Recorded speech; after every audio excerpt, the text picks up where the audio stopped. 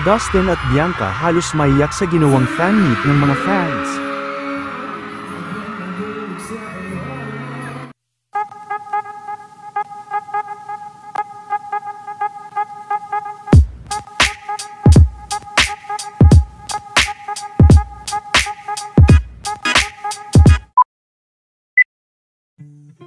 Top trending at mainit na pinag-uusapan nga ngayon, ang naganap na napakabonggang fan meet nila Dustin at Bianca, kung saan ay talagang napuno nga ang venue ng kanilang mga fans.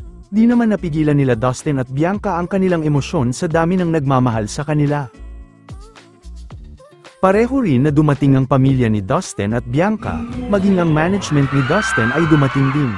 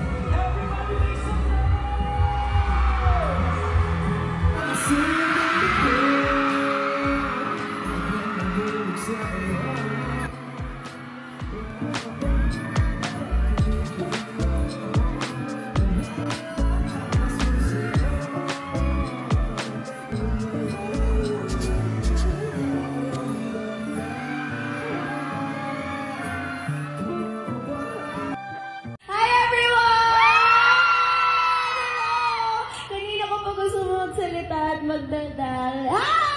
Hello!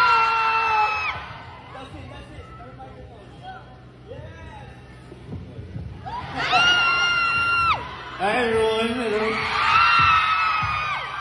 Nahihiya. Sobrang speechless ko, but it's nice seeing you all. Grabe, sobrang overwhelmed ako. At, So, Dustin, Bianca, today is a very special day dahil talagang nagsama-sama ang lahat ng nagmamahal sa inyo, ang Sheffies! Okay, so isang question lang, mabilis lang, bago tayo mag-game ano ang nararamdaman nyo at this moment? Bianca? Grabe, sobrang overwhelmed kami pareho. Pagpasok namin, di namin na-expect na ganito kayo karami. Sabi nga namin kanina, sobrang hindi po namin nararamdaman yung sakit na hindi kami naging parte ng Big Four because of all of you. Sa pagmamahal na binubuhos niyo sa amin. Kaya naman, guys, I love you! I love you! I love you! Okay, thank you Bianca, that was so sweet. Dustin? ako sobrang nagulat talaga ako. Wala ko in-expect, pero grabe yung pangyayari. Sobrang unexpected. Ang ganda lahat. Entrance pa lang, grabe nakakaiyak na kayong lahat. Merry Christmas. Okay.